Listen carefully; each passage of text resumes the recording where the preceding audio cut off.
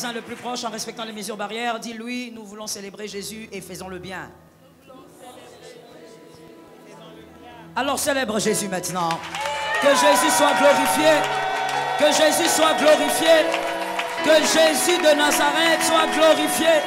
Je disais que Jésus soit glorifié. Ceux qui sont venus au marathon, je dis que Jésus soit glorifié. Que Jésus soit élevé. Que l'agneau soit glorifié. Que le Dieu de ta maison soit glorifié. Alléluia. Il est fidèle. Lèvons nos mains dans une atmosphère de grâce et adorons Jésus.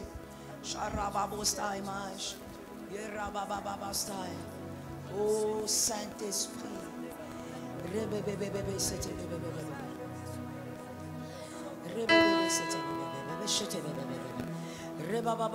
Adore Jésus. Adore Jésus, adore Jésus.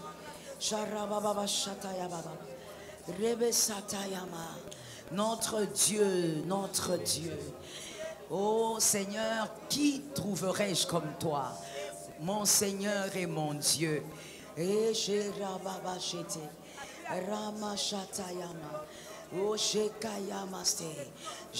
de Nazareth, Père incomparable, fidèle ami tu es, c'est toi que nous adorons, c'est toi que nous élevons. Nous reconnaissons qu'il n'y a que toi, le maître du ciel, de la terre, le maître de toutes les vies. Seigneur, il n'y a que toi. Merci Jésus. Bien-aimé, maintenant nous allons célébrer les bontés des dieux. Souviens-toi de combien il a été bon pour toi. Pas seulement cette année, je suis d'accord avec toi. Pas seulement cette année, mais tout au long de ta vie. Rappelle-toi combien il a été bon avec toi.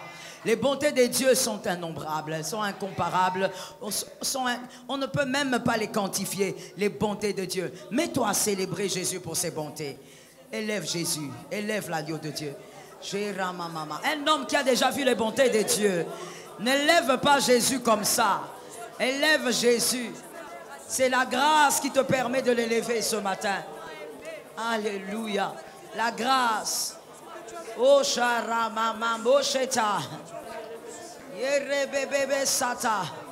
J'élève la grâce, j'élève la grâce. J'élève la grâce qui m'a vu. J'élève la grâce qui a vu ma maison, qui a vu ma famille, qui a vu mon église, qui a vu ma nation. J'élève la grâce. J'élève la grâce qui peut tout changer, qui peut tout rimosta, qui peut transformer les événements. J'élève la grâce. La grâce Elohim, chéri bébé.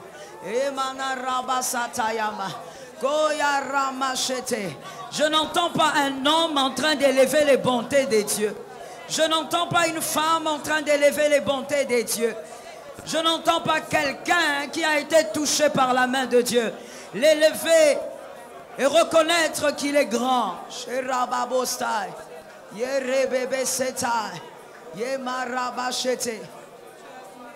Oh Père, je t'élève Jésus. La grâce est là. La grâce a été grande. La grâce a été ponctuelle. La grâce, elle a été fidèle. Elle a été éloquente. La grâce. Jésus. Nous t'élèvons. Nous t'adorons. Viens établir ton trône éternel. Living Jesus. Par nos louanges, nous t'invitons. Viens Jésus, prends la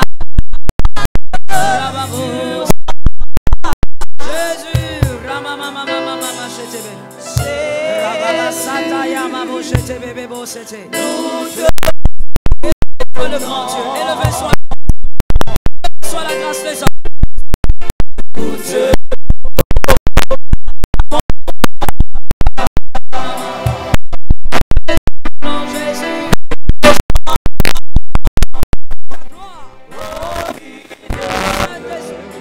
Agis dans ta puissance, Saint-Esprit.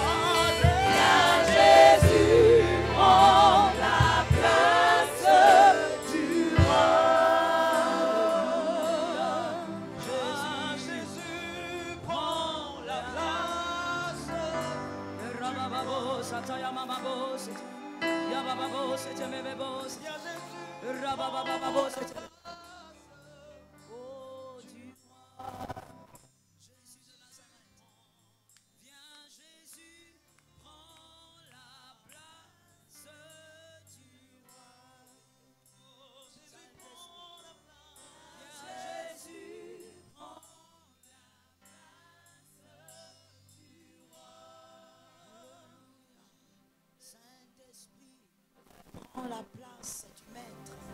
Prends la place du maître. Puissant d'Israël. Prends la place du souverain. Sheramachete. Prends la place de celui qui le mérite.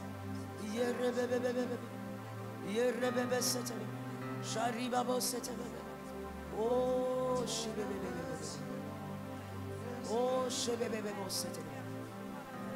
oh, Adonai, living Jesus.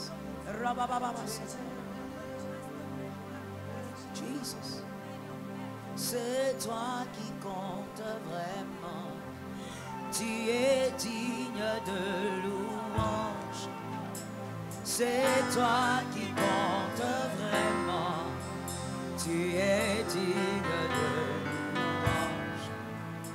C'est toi qui compte pour moi. Tu es digne de louange. C'est toi qui compte vraiment. Tu es digne de... C'est toi qui compte. C'est toi qui compte vraiment. Jésus, tu es digne. Tu es digne de louange. Adonai, tu es digne. C'est toi qui compte vraiment. Jésus, tu es digne. Tu es digne de louange. C'est toi qui compte, Père éternel. C'est toi qui compte vraiment. C'est toi qui compte, Saint-Esprit. Tu es digne de louange. Seigneur éternel. C'est toi qui compte vraiment. Jésus, tu es digne de louange. C'est toi qui compte vraiment. Tu es digne de louange. C'est toi qui compte vraiment. Tu es digne de louange. Saint-Esprit, c'est toi qui compte, Jésus. Père éternel, quand toi tu es là, c'est l'essentiel. Le Dieu vivant, quand toi tu décides, c'est l'essentiel. Le Dieu incomparable, quand toi tu dis un mot, c'est ce qui suffit. Le Dieu réel, vivant, puissant, quand toi tu te mets en avant, c'est ce qui compte. Le maître des esprits, le Dieu des esprits des prophètes. Je te rends grâce parce que toi qui es notre essentiel, tu fais partie de ce culte que tu nous as accordé par grâce. Toi qui es notre essentiel, tu fais partie de ces moments que tu nous as accordés par grâce. Hierabost. Sois élevé le Dieu fidèle. Sois élevé le Maître. Sois élevé la grâce. Sois élevé la fidélité. C'est au nom de Jésus-Christ que nous avons ainsi prié et nous célébrons Jésus. Alléluia. Que Jésus soit glorifié. Que Jésus soit glorifié. Que Jésus soit glorifié. Que Jésus soit glorifié. Que Jésus soit glorifié. Que Jésus soit glorifié. Merci Jésus. Merci Seigneur. Je veux matin, tu peux simplement incliner ta tête et je vais prier pour toi. Dieu fidèle, merci. Merci de nous changer. Merci de nous impacter. Merci de nous transformer. Merci de nous permettre de comprendre les profondeurs de tes vérités. Merci d'imposer à notre système de vie, à notre système de pensée, par ta parole. Que la grâce, Seigneur, soit faite à moi, à mon frère, à ma soeur, ce matin. Au nom de Jésus-Christ. Amen. Tu es béni. Alléluia. Alléluia. Il y a des gens qui sont fatigués d'acclamer Jésus. Tu es fatigué d'acclamer Jésus? On ne se fatigue pas d'acclamer le roi des rois. Ah non, on ne se fatigue pas. Que Jésus soit béni. Assieds-toi sur la grâce. La fidélité de Dieu est là. Dieu est fidèle et Dieu est un Dieu de grâce. La grâce de Dieu traverse les âges. La grâce de Dieu, c'est tout ce que nous avons. Au fait, c'est ça la vérité. La grâce de Dieu, c'est tout ce que nous possédons. La grâce de Dieu est notre raison d'espérer. Oui, si tu ne connais pas la grâce, bon, tu ne vas pas dire amen, c'est pas grave. J'espère seulement que tu la connaîtras un jour. La grâce de Dieu nous permet d'avancer sans murmurer. La grâce de Dieu nous permet de vivre les moments difficiles sans nous plaindre. La grâce de Dieu nous permet de ne pas faire la publicité de notre souffrance. La grâce de Dieu nous permet de ne pas crier sur les toits que j'ai un problème. Au fait, celui qui a la grâce de Dieu et qui connaît la grâce de Dieu a un comportement différent. La grâce de Dieu nous fraye des chemins dans le désert. La grâce de Dieu nous crée des eaux dans les déserts. La grâce de Dieu nous donne un nom au milieu des oubliés. La grâce de Dieu nous qualifie là où nous n'en avons pas assez d'aptitude. La grâce de Dieu nous place là où nous ne devons pas être normalement.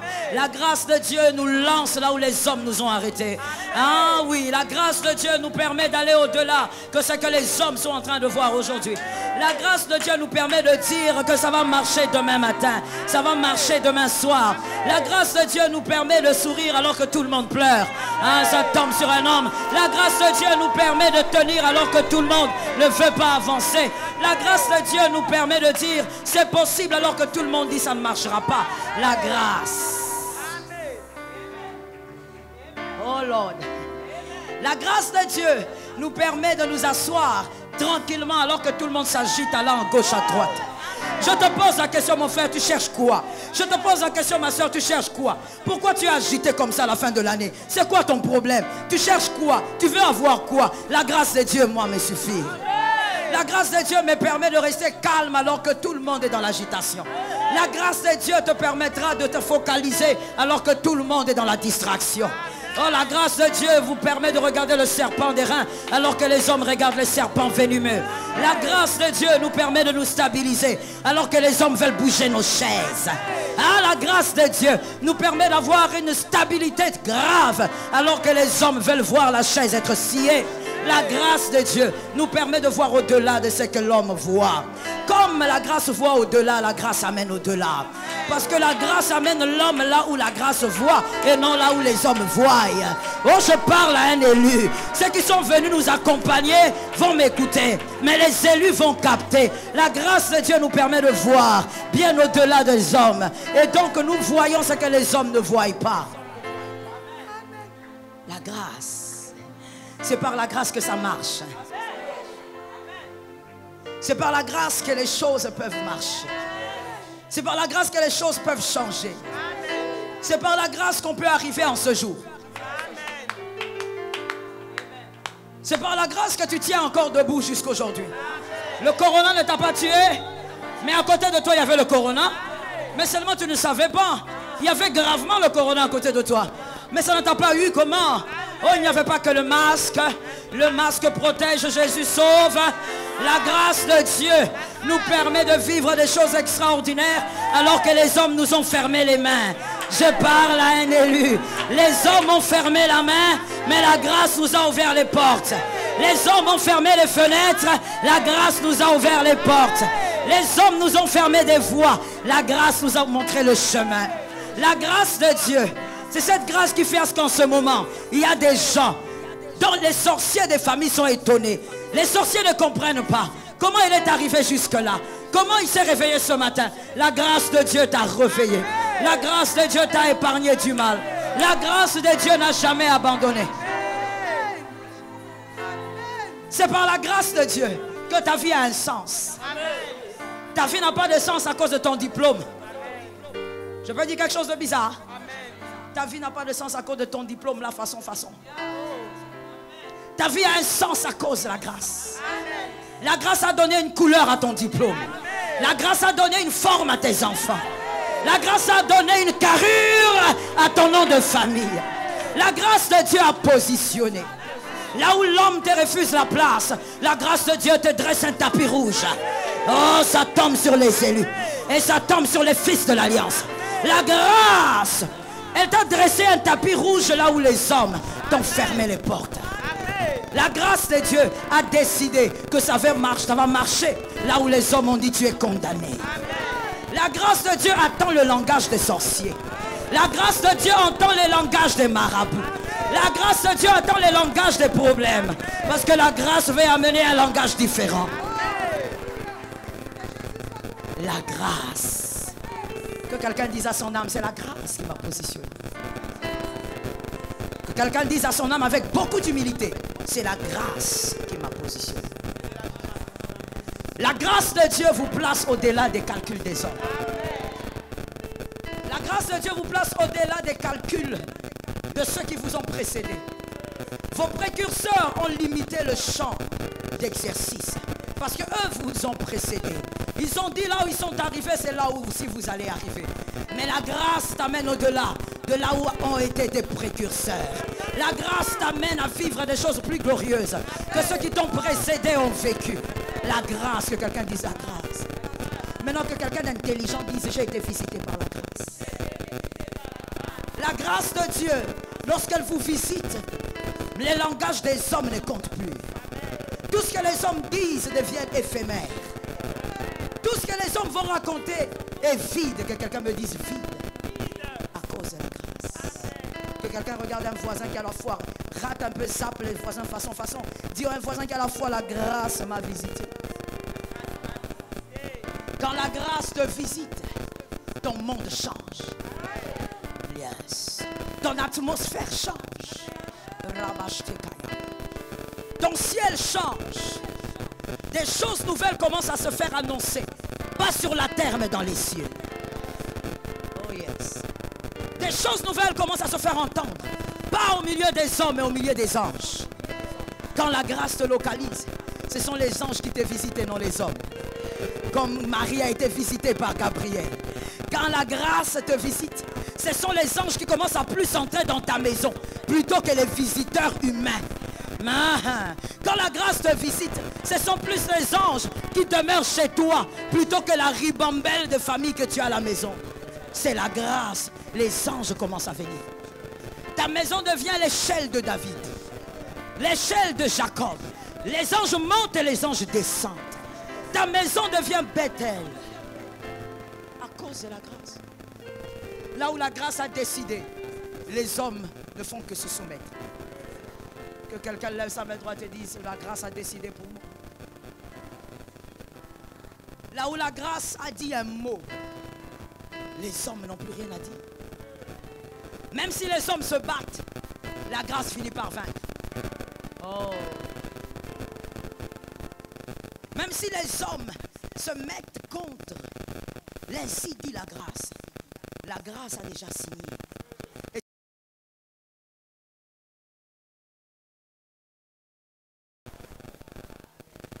Lorsque la grâce te localise, tes anciennes larmes n'ont plus de sens.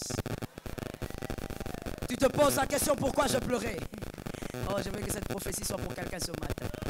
Tu te poses la question, mais pourquoi je gémissais? Mais pourquoi je m'enfermais? Mais pourquoi je déprimais? C'était quoi mon problème? Parce que la grâce t'a localisé. La grâce t'a fait comprendre que tes anciennes larmes étaient inutiles. Il était en train de contrôler tout alors que tu ne voyais rien. Il était en train de gérer tout alors que toi tu ne voyais rien. La grâce rend nos anciennes larmes caduques. La grâce. Tout est grâce. Tout est grâce. Tout est... Bêta. Tout est m'as rendu muette, tu as créé des babas, nyonso et zangolu. Oh, tout est grâce, tout est, oh, tout est, ça c'est vrai, tout est, tu m'as rendu, tu as créé, nyonso et zangolu. Fermez votre instrument là, je vais écouter le peuple. Oh, tout est, oui, tout est. Cette année, l'année prochaine, tout est dans la grâce. Tu m'as rendu, tu as créé des babas. Que ça soit la prophétie de ta maison, au nom de Jésus de Nazareth, tout est grâce. Tout est, je l'ai saisi, je sais l'avoir. Jésus, il m'a rendu muette, l'a créé. Jésus, oh, la grâce va te localiser. Non, je vais la dire autrement, la grâce t'a déjà localisé. La grâce t'a déjà vu. Au fait, la grâce a déjà terminé avec ton histoire. Elle a déjà clôturé. Quand tu vas quelque part, tu dis je cherche un travail, on te dit on a clôturé, qu'est-ce que tu fais? Merci, tu es rapide, moi je veux les gens rapides. Tu rentres. Et donc c'est ce qui se passe avec la grâce. La grâce a déjà clôturé. Tout ce que les hommes vont dire après, la grâce a clôturé. Oh, dis à un voisin, la grâce a clôturé. Non, change de voisin. Il faut quitter là-bas, il y a des gens de façon. Dis à un autre voisin, la grâce a déjà clôturé. Dis à un autre, la grâce a clôturé. Tu es lent, dis à un autre, la grâce a clôturé. Tout ce que les hommes vont dire après, c'est caduc, la grâce a déjà clôturé. La grâce a déjà fini de parler. Dis tout ce que tu veux après, la grâce a déjà clôturé. Pense comme tu veux, la grâce a clôturé. Ah, moi je parle, toi tu me dis la grâce a clôturé. Pense comme tu veux. Dis ce que tu veux. Va là où tu veux. Décide ce que tu veux. Viens ou ne viens pas. Elle a clôturé. Elle a terminé. Ce qu'elle a dit, elle a fini de le dire. Personne ne va se lever contre ce qu'elle a dit. La grâce a déjà parlé. Je veux parler aux hommes prophétiques. Pour cette année. Pour cette année. Non, il faut dire déjà. C'est important, hein? Ça a un sens. Pour cette année, la grâce. Sorciers des familles, sortez la nuit si vous voulez. Allez là où vous voulez la nuit. Mais la grâce a déjà. Envoûtez si vous voulez. Tout ce qui va se dire après la grâce est caduque. Elle a clôturé. Tu n'as même pas à t'inquiéter. Tu es sur un sol solide. Ce sol-là, c'est la grâce. Assieds-toi sur la grâce. La grâce est là. Et Jésus est le Dieu de la grâce. Oh, je vois la grâce. Je la vois, je la sens, je l'écoute. La grâce. Une grâce qui peut tout bouleverser, qui peut tout changer. Une grâce qui peut imposer des choses nouvelles au milieu des choses oubliées. Je ne sais même pas si c'est ce que je viens de te dire ce matin. Est-ce un message? Est-ce une prédication? De toutes les manières, je viens simplement parler à ton âme parce que Dieu t'a fait grâce. Parce que tu es là aujourd'hui. Nous sommes le quantième. Nous sommes là le 27 et tu es là. Tu es bien vivant, tu es en bonne santé. Je viens simplement parler à ton âme. Je viens te dire ce que la grâce a dit. Oh. Alors pourquoi je te disais, je ne sais pas si c'est une prédication. Mais si ça devrait être une prédication, moi je dirais, je donnerais comme thème, je vois la grâce. Tu écris ce que tu veux. Par rapport à ce que tu vas comprendre, tu écris ce que tu veux. Mais moi je dis seulement, je vois la grâce. Je vois la grâce. Je vois la grâce. Je la vois et je la sens, la grâce. Oh, Shakaya Boste. La grâce est réelle, elle est tellement réelle. Elle est plus réelle que la chaise sur laquelle tu es assise. La grâce. La grâce parle. Vous savez, la grâce, elle soupire aussi. Vous pouvez l'entendre soupirer. La grâce. J'ai constaté qu'il n'y a pas que le chrétien qui, quand il prie, des fois il y a des soupirs inexprimables que le chrétien ressort, qu'il ne peut pas expliquer, qu'il ne peut pas placer dans les mots audibles. Mais la grâce aussi soupire. Quand vous êtes dans la haute présence de Dieu, vous pouvez sentir la grâce. Elle soupire. Comme si elle a envie de vous dire des choses, mais que votre esprit est trop faible pour capter. La grâce. L'histoire de la grâce. Ce matin, s'il vous plaît, je vais parler aux élus. Si tu n'es pas sauvé, ce n'est pas ton culte. C'est pour les sauver. L'histoire de la grâce avec toi, j'allais dire avec l'homme, j'ai dit avec toi, a commencé bien avant ta conscience, a commencé bien avant ta connaissance, la connaissance de toi. L'histoire de la grâce a commencé bien avant. L'histoire d'amour entre toi et la grâce. On peut voir ça dans Genèse 1,4. Genèse 1,4. Ce verset dit: au commencement, Dieu créa les cieux et la terre. La terre était informe et... Merci, c'est un verset de l'Écoudine. Il y avait sur la surface de la terre de l'abîme. Et l'Esprit des dieux se mouvait au-dessus des eaux. Dieu dit que... Oh, si vous ne l'avez pas retenu, lisez alors. Dieu dit que la lumière soit. Et la lumière fut. Dieu vit que la lumière était bonne. Dieu sépara la lumière avec les ténèbres. L'histoire entre toi et la grâce a commencé là. Votre histoire d'amour. Je suis venu raconter à quelqu'un l'histoire d'amour qu'il a avec la grâce. Comment ça a commencé? Tu as oublié, je suis venu te raconter votre histoire. Votre histoire d'amour a commencé là.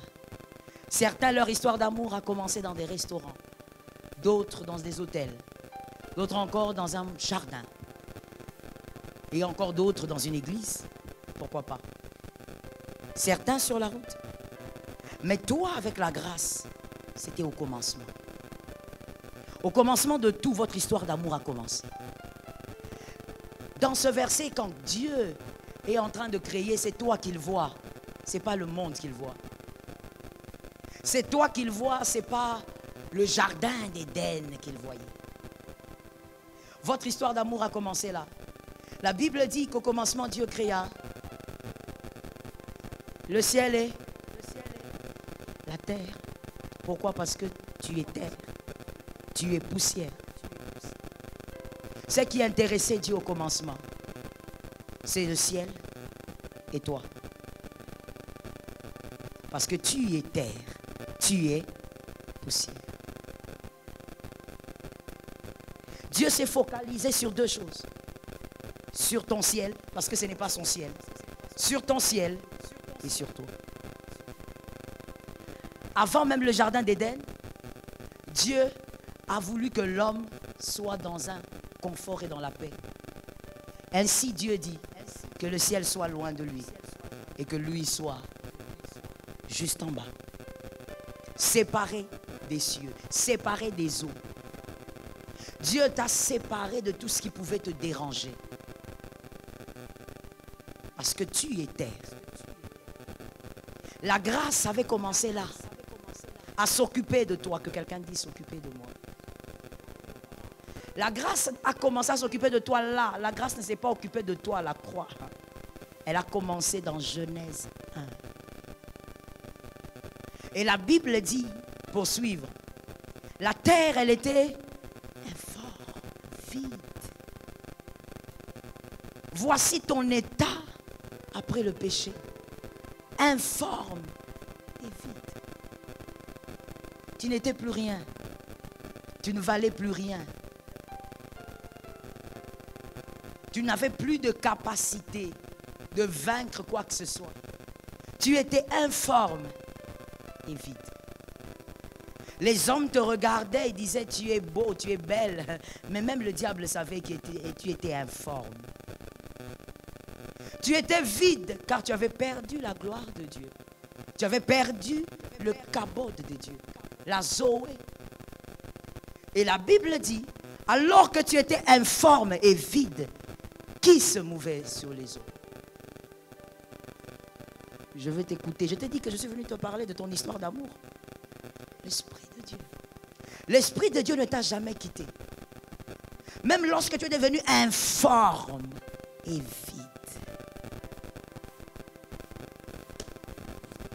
On va prendre cet exemple. Informe et vide.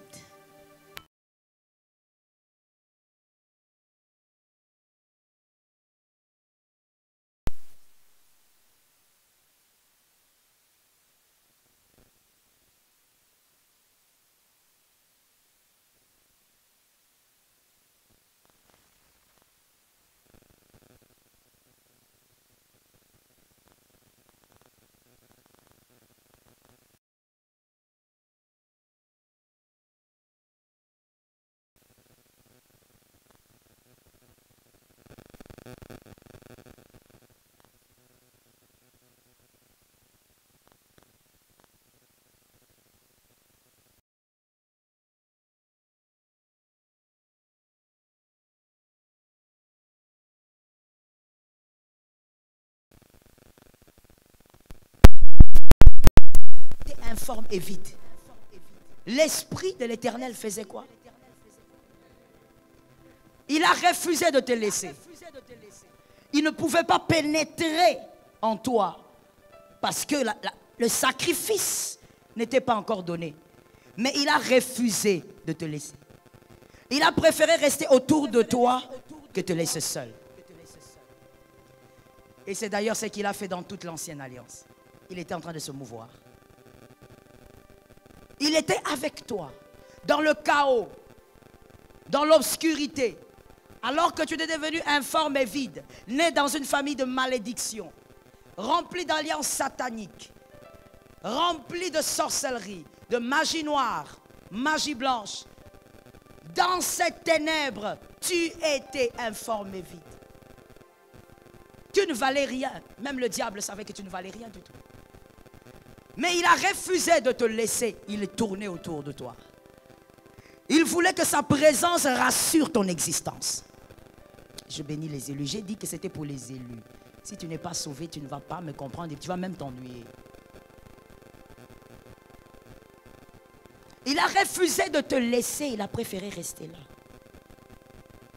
Rester là pourquoi? Comme je l'ai dit, sa présence garantit ton existence. Tant qu'il est là, tu vis.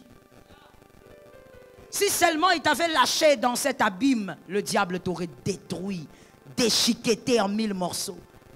Mais sa présence, il sait que même s'il n'est pas en toi, être avec toi garantit ta vie. À cause de cela, le diable ne pouvait pas venir t'arracher la vie, te détruire totalement. Votre histoire d'amour a commencé en Genèse 1. En Genèse 1, quand tu lis à partir d'aujourd'hui, vois Dieu, vois la grâce et vois toi-même. Tu es là. Tu as commencé avec Dieu et tu as toujours été avec Dieu. Il a refusé de te lâcher dans le chaos. Il a refusé de voir ta saleté. Tu te masturbes, tu finis de te masturber, tu sors. Tu dis personne ne m'a vu. Tu laves même tes mains au savon. Tu crois que laver les mains au savon purifie de la masturbation. Tu te crois pur, mais même quand les démons te regardent, ils disent, ah non, non, non, celui-ci, il est fort. Il est plus fort que nous. Tu es dans une saleté la plus horrible. Et comme l'être humain Respecte les hommes par apparence.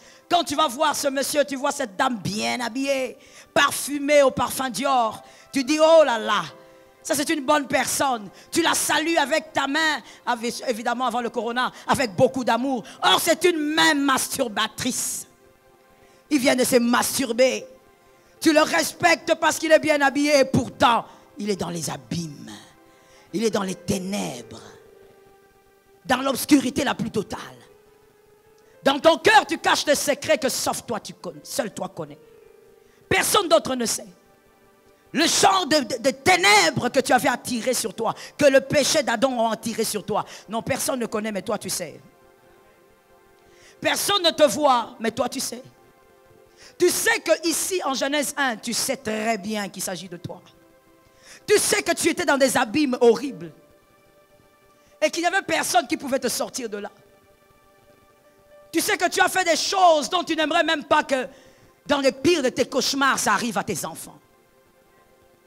Tu sais très bien. Que tu étais dans l'obscurité la plus totale, comme on le décrit dans ce verset. Que tu étais privé de lumière. Mais même quand tu allais te masturber, que tu sortais. Même quand tu allais mentir dans tous les sens. Sans tenir compte du fait que tu étais enfant de Dieu. Même quand tu mens alors que tu viens juste de prier. L'Esprit du Seigneur n'est jamais allé loin. Il tourne. Vous savez, il y a quelque chose de merveilleux. Je ne sais pas comment appeler, je trouve que c'est une beauté de la grâce. Lorsque vous êtes dans la sainteté, par évidemment la justification et la sanctification, par procuration, pardonnez-moi, par procuration que nous avons par Christ, quand vous vivez cette sainteté, cette sanctification, les démons s'éloignent de vous. Les démons s'éloignent. Plus votre lumière est grande, plus ils s'éloignent. Plus vous allez dans les profondeurs de la prière et de la sainteté, ils s'éloignent. Ils ne peuvent pas vous approcher. Mais la grâce, quand vous péchez, vous êtes dans la saleté la plus sale. Vous êtes dans les ténèbres les plus sales. Quand vous avez commis l'inceste avec votre soeur, avec votre cousine, jusqu'à aujourd'hui personne ne sait. Tu avais 4 ans, tu avais 7 ans.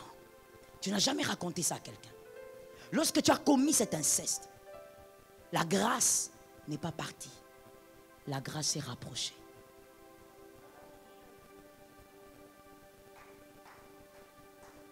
La grâce réagit différemment des démons. Avec la grâce, plus tu vas mal, plus elle se rapproche. La grâce ne fuit pas ton péché.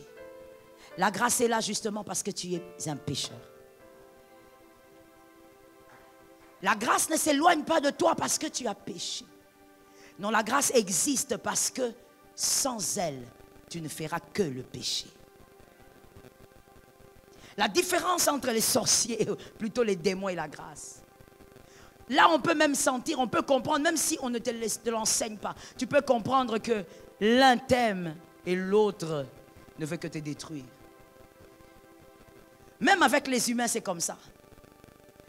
Généralement, l'humain se rapproche de vous quand il a un intérêt quelconque. Généralement, l'humain devient votre ami parce qu'il a quelque chose à gagner. Tant qu'il peut gagner, il est là. Mais quand il sent qu'il ne peut plus gagner, il commence à s'éloigner. Il commence à trouver des raisons justement pour s'éloigner.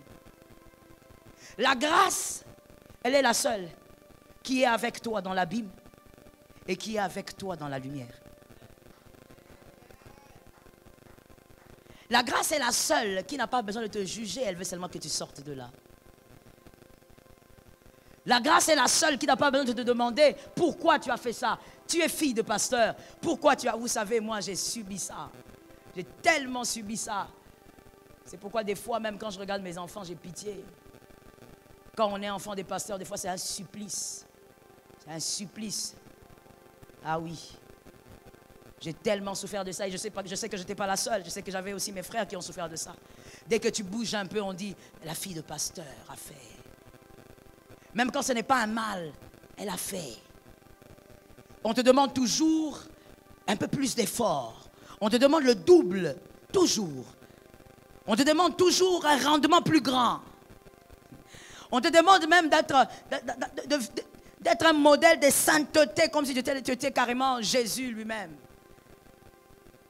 On te réclame toujours des choses, des fois, qui ne sont pas possibles. On te les réclame. Tu n'as pas droit à l'erreur, tu es fille de pasteur. Tu n'as pas droit à commettre des erreurs d'adolescence, tu es fille de pasteur. Les hommes sont là, avec leur regard, en train de te juger. Mais la grâce dans l'abîme ne te juge pas, elle t'appelle. La grâce veut seulement te voir sortir de là. Parce que dans votre histoire d'amour entre toi et la grâce, c'est une histoire qui doit aller jusque dans l'éternité. Ce sont les élus qui vont comprendre. Ce n'est pas une histoire qui commence sur terre et qui s'arrête sur terre comme avec ton mari, avec ta femme. Ton mari, ta femme, tu l'aimes, c'est bien, il faut l'aimer encore. Mais c'est une histoire terrestre, que quelqu'un me dise terrestre. Elle s'arrêtera sur la terre. Malgré l'amour que tu peux avoir pour cette femme, même si tu dis c'est ma perle noire, c'est ma perle verte, ça s'arrêtera sur la terre. Ça finira par s'arrêter. L'amour avec ton mari, même si tu l'appelles le grand caïman, même si tu l'appelles la baleine blanche, ça finira sur la terre. Un jour, ça va s'arrêter. Mais l'amour qui s'est passé dans Genèse 1, avec la grâce, est un amour éternel. Est un amour qui ne doit jamais s'arrêter. Mais pour qu'elle ne s'arrête pas, tu dois savoir qu'il est là. Pour prendre soin d'un mari, il faut l'avoir. Pour prendre soin d'une femme, il faut l'avoir. Et pour vivre un amour éternel avec la grâce, il faut savoir qu'il est là. Ou qu'elle est là. Que quelqu'un dise à son âme, cet amour est éternel. Ce verset dit, Dieu dit, c'est vrai que je tourne autour de toi. Tu es dans les abîmes, dans les ténèbres. C'est vrai que je séparais les cieux. Je t'ai permis de rester calme en bas. Mais tu es dans les ténèbres. Que la lumière soit.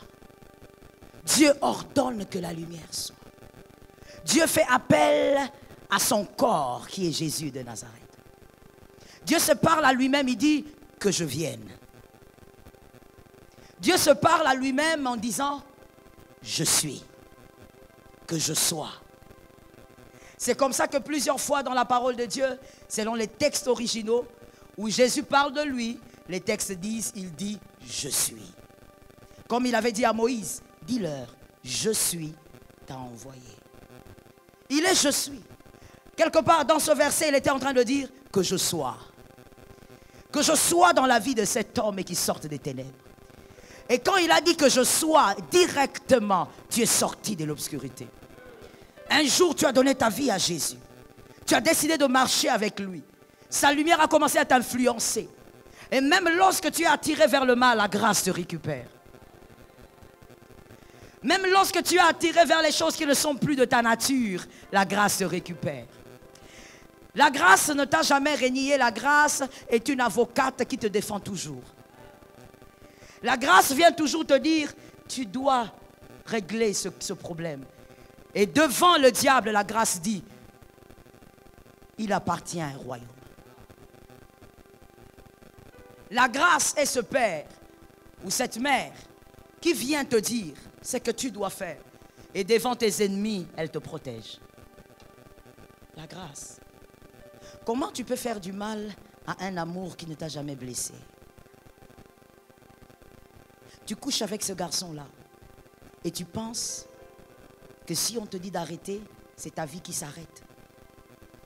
Tu es en train d'abord de détruire ta vie, mais en même temps, tu fais du mal à la seule entité qui ne t'a jamais fait du mal. Moi, je te ferai du mal demain. Un jour, tu diras, maman m'a blessé. Ça arrivera. Je te le dis. Un jour, tu diras, je ne pensais pas qu'elle pouvait faire ça.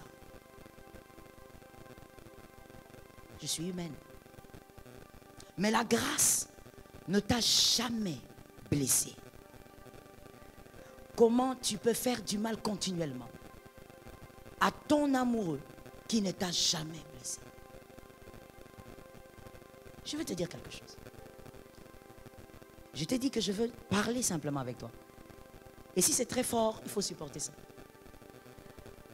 Quand tu es en train de coucher avec cette femme, monsieur, qui n'est pas la tienne, le problème, ce n'est pas que ta femme ne sache pas. L'affaire est que quand toi tu montes sur cette femme, la grâce est à côté de toi. La grâce n'épare pas. La grâce est en train de se poser des questions. Comment elle fera-t-elle pour te sortir de là? La grâce est en train de te voir détruire ta progéniture. La grâce est en train de te voir détruire ta postérité. Elle est là. Mais elle ne peut rien faire. Pourquoi? Parce qu'elle ne peut pas agir à ta place. Mais la grâce aussi, alors que tu es en train de faire ça, elle s'est promise de ne pas t'abandonner. Généralement, j'entends des hommes, des femmes mariées dire: maman, il m'a déçu, moi aussi je veux lui faire du mal. Maman, elle m'a blessé, moi aussi je veux la faire du mal. Maman, je croyais qu'on était un couple uni, c'est qu'il m'a fait, moi aussi je dois lui rendre pour que je me sente en paix. Mais qu'est-ce que la grâce t'a fait? Pourquoi tu fais autant de mal? Pourquoi tu es à l'aise de critiquer ton frère alors que son épanouissement et sa chute n'ont aucun intérêt avec ta vie? Pourquoi tu trouves normal que tu détruises ton frère comme ça? Pourquoi tu te sens à l'aise de parler de lui de cette manière? Pourquoi tu es à l'aise dans cette hypocrisie-là? Pourquoi pour toi la vie chrétienne est une vie de chute et de relèvement, de chute et de relèvement? Mais quand est-ce que tu vas commencer à courir? Si tu passes tout ton temps à chuter, à te relever, quand est-ce que tu vas courir? Or la vie chrétienne, il faut aussi courir. Tu n'as pas le temps. Seul Dieu sait combien de temps celle qui te parle fera encore sur terre. Tu n'as pas de temps. C'est la fin de l'année, nous sommes tous contents. Mais voici la grande question. Il te reste combien d'années à fêter? Il ne faut pas s'élever. On n'est pas des enfants. On ne peut pas te nourrir des espoirs vides. Tu seras béni, oui. Tu iras de l'avant, oui. Mais combien d'années il te reste à fêter? Pourquoi jusqu'aujourd'hui tu es dans un régime où tu tombes, tu te relèves? Tu dis, je veux prier, je veux me repentir. Toi, la présence de Dieu n'est pas une présence où tu sens la Zoé, où tu sens la gloire, où tu entends les soupirs inexprimables de la grâce. Toi, la présence de Dieu, c'est un lieu de repentance. Tu es tout le temps, continuellement, en train de te repentir. Quand est-ce que tu vas courir? Quand est-ce que tu vas voir des choses glorieuses que Dieu a réservées pour toi? Où tu feras partir de ces hommes-là qui iront au ciel et puis Dieu va leur dire, qu'est-ce que tu as fait de ta vie? Oh Seigneur, j'ai tellement fait. J'ai évangélisé à ma campagne, j'allais tout le temps. Je m'asseyais toujours à tel endroit, Seigneur, tu te rappelles? Et le Seigneur va dire, mais moi j'avais prévu qu'en 2020, tu puisses ressusciter 5 morts. Où est-ce qu'ils sont? Parce que par cette résurrection, ces gens allaient venir vers moi. Où sont ces 5 personnes?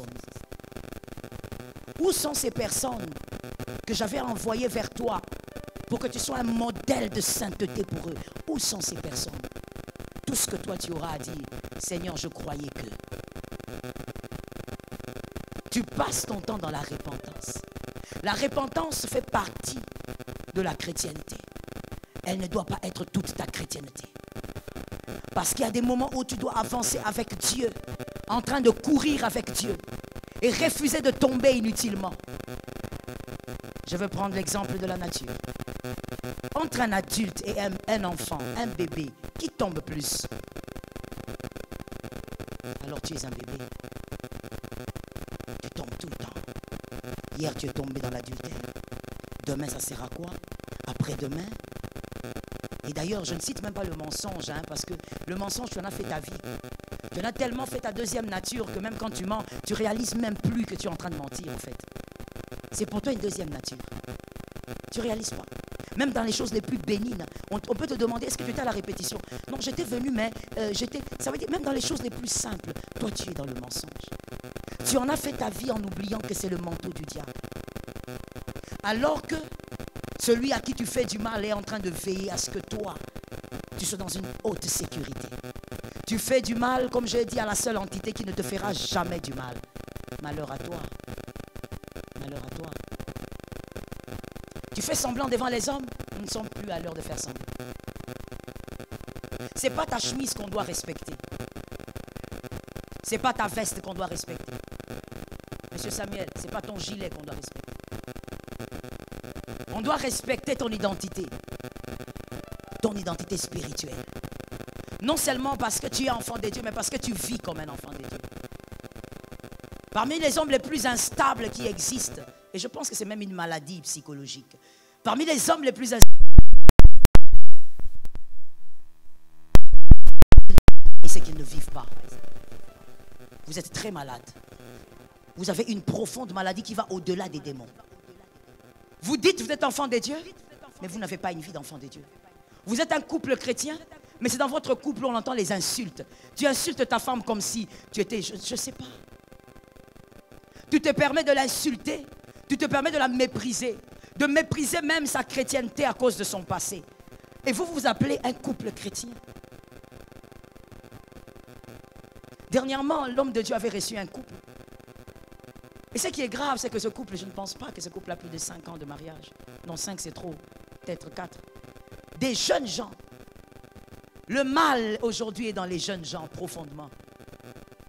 Parce que les jeunes gens, à un moment donné, vous pensez que la chrétienté est un jeu. Ce n'est pas un jeu. Je vais répéter ça.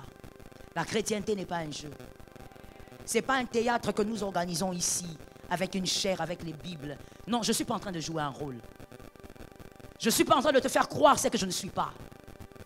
La chrétienté n'est pas un jeu. On veut être enfant de Dieu parce qu'on veut vivre comme un enfant de Dieu.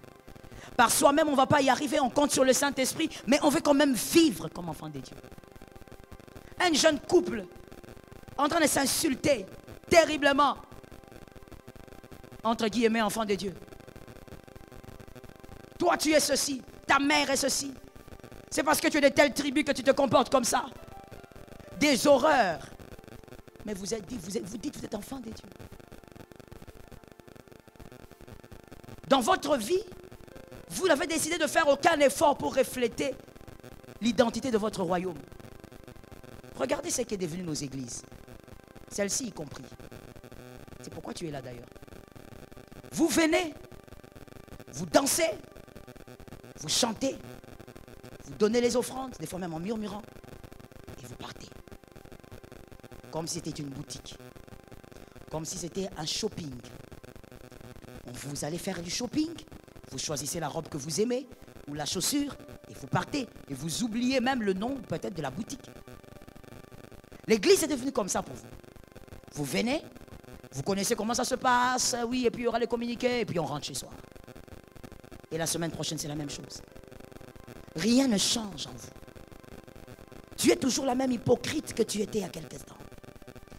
D'ailleurs, il y a des mensonges que tu as même dit aux hommes de Dieu que tu n'as jamais rectifié jusqu'aujourd'hui. Mais tu comptes entrer dans l'année nouvelle. Et tu es même en train de dire, nous attendons le réveillon ou encore le premier. Il y a des mensonges que tu as dit à ton frère qui est juste à côté de toi là. Tu vois celui qui est à côté? Tu l'as menti cette année. Tu as dit des choses. Et jusqu'aujourd'hui, il croit que c'est la vérité. Mais tu sortiras de cette église sans même lui dire, mon frère, je dois régler avec toi quelque chose. Non, toi tu dis, année asika. Tu n'as rien compris. Tu vas entrer dans la nouvelle année, mais là où tu mettras ta jambe, ça sera des mines. Vous savez ce que c'est? Vous savez quels sont les effets des mines quand on pose la jambe? N'osez pas retirer votre jambe. Si vous la retirez, vous êtes parti. Vous risquez d'avoir une année vide, informe. Pourquoi? Parce que vous avez considéré que votre vie chrétienne était une vie de chute et de relèvement tout le temps. Que l'église est un lieu de célébration où on fait semblant d'être des enfants de Dieu. Où on fait semblant de parler doucement. Parce que parler doucement, soi-disant, c'est une certaine piété. Où on fait semblant d'être une bonne femme, d'être une bonne mère, d'être un bon mari, d'être... L'église n'est pas un lieu où on doit faire semblant. L'église est le lieu de la transformation. Seul celui qui se livre tel qu'il est devant la grâce peut vivre sa transformation. Même si vous êtes pasteur, subissez votre transformation. Il y a des gens qui ont fait croire dans l'œuvre de Dieu qu'il y a certains titres, quand tu arrives là, c'est fini. Tu arrêtes d'être enfant de Dieu. Tu arrêtes d'être fils de Dieu. Tu arrêtes d'être transformé. Tu n'en as plus besoin. Tu es devenu archibishop. Tu n'as plus besoin de la transformation. Quand les gens adorent, toi, tu as les pieds croisés sur la chaise. Quand les gens sont debout en train de célébrer, toi, tu es assis. Tu es archibishop. Tu n'as pas besoin de l'adoration. L'adoration de l'église, c'est pour toi. Tu es le consommateur de la foi. Peu importe ton titre, tu as besoin de la transformation. Peu importe ton titre, tu as besoin d'adorer Jésus dans l'humilité. Peu importe ton titre, tu as besoin d'arrêter de pécher et de vivre dans la sainteté. Peu importe ton titre, apprends à reconnaître que tu dois arrêter de chuter tout le temps, mais de courir aussi avec Dieu. Dieu ne court pas avec celui qui chute tout le temps. Tu vas ralentir le Seigneur.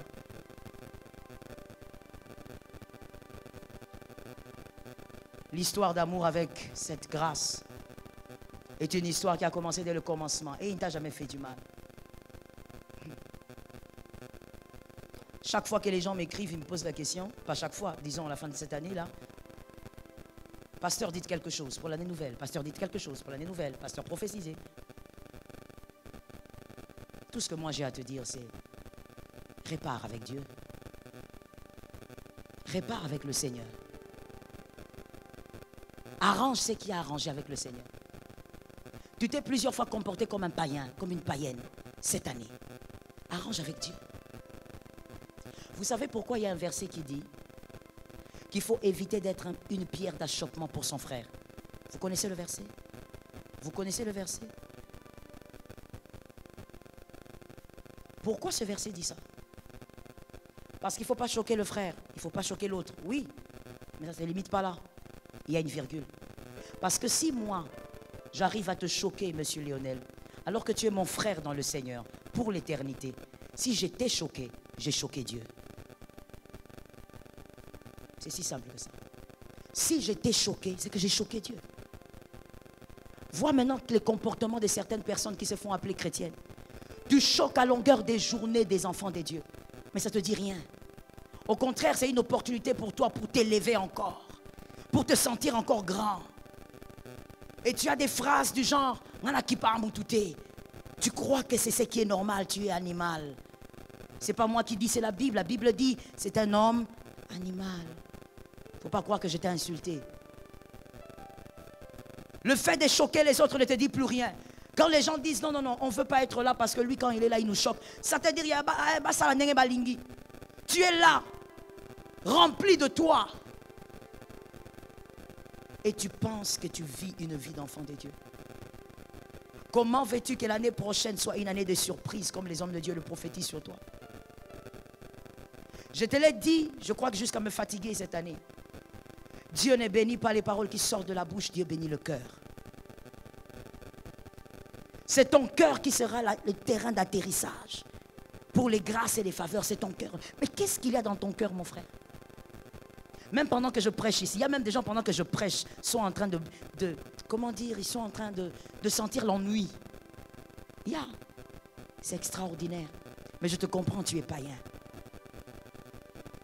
Qu'est-ce qu'il y a dans ton cœur pendant que je suis en train de parler? À quoi et à qui tu penses? Quand je parle, est-ce que tu es en train de réaliser que tu es mauvaise ou tu es en train de croire qu'on parle à un autre? L'orgueil consiste aussi à croire qu'on ne parle jamais de soi, qu'on parle toujours de l'autre. C'est de l'orgueil. Le diable est le père de l'orgueil, parce que c'est lui qui a tout commencé, en tout cas au niveau orgueil. Et deuxièmement, il est le père du mensonge. Alors, c'est pourquoi ce sont les deux choses-là, vraiment, que Dieu me fasse grâce. Je me bats avec tous les jours. Les mensonges et l'orgueil, il faut faire attention avec ça. Ce sont les propriétés privées du diable.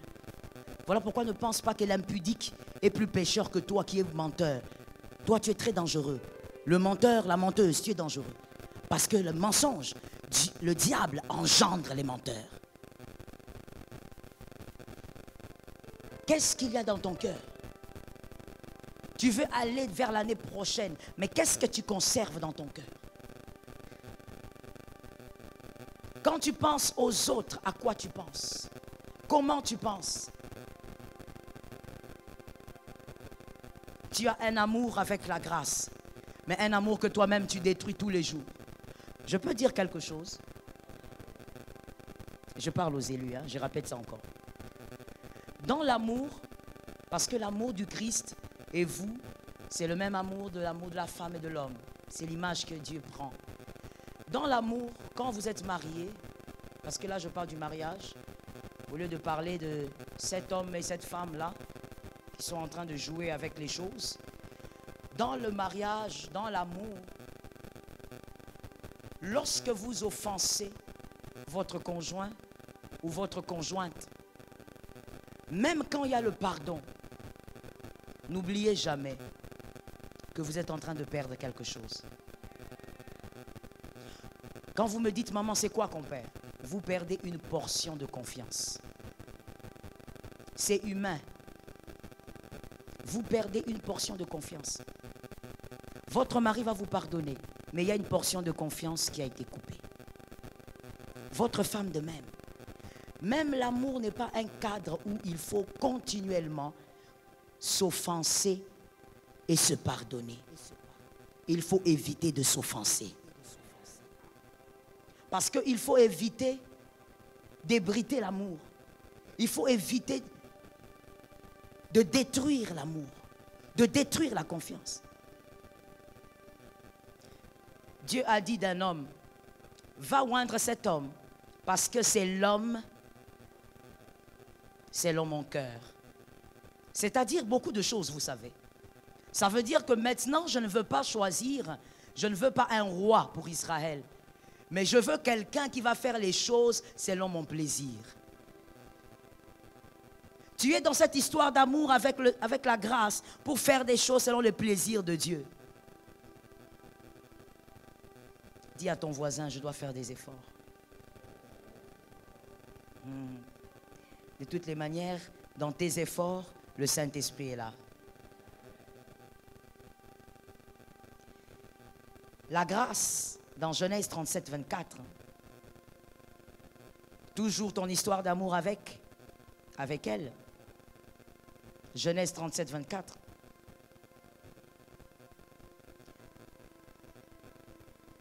La grâce a veillé à ce que Joseph soit jeté dans une citerne. Mais dans la citerne, il n'y avait pas d'eau, dit la parole de Dieu.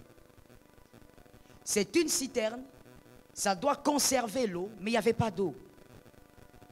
C'est-à-dire que dans la souffrance de Joseph, dans cette citerne et dans les autres souffrances, Joseph a souffert, mais la grâce a ôté la substance qui pouvait le détruire.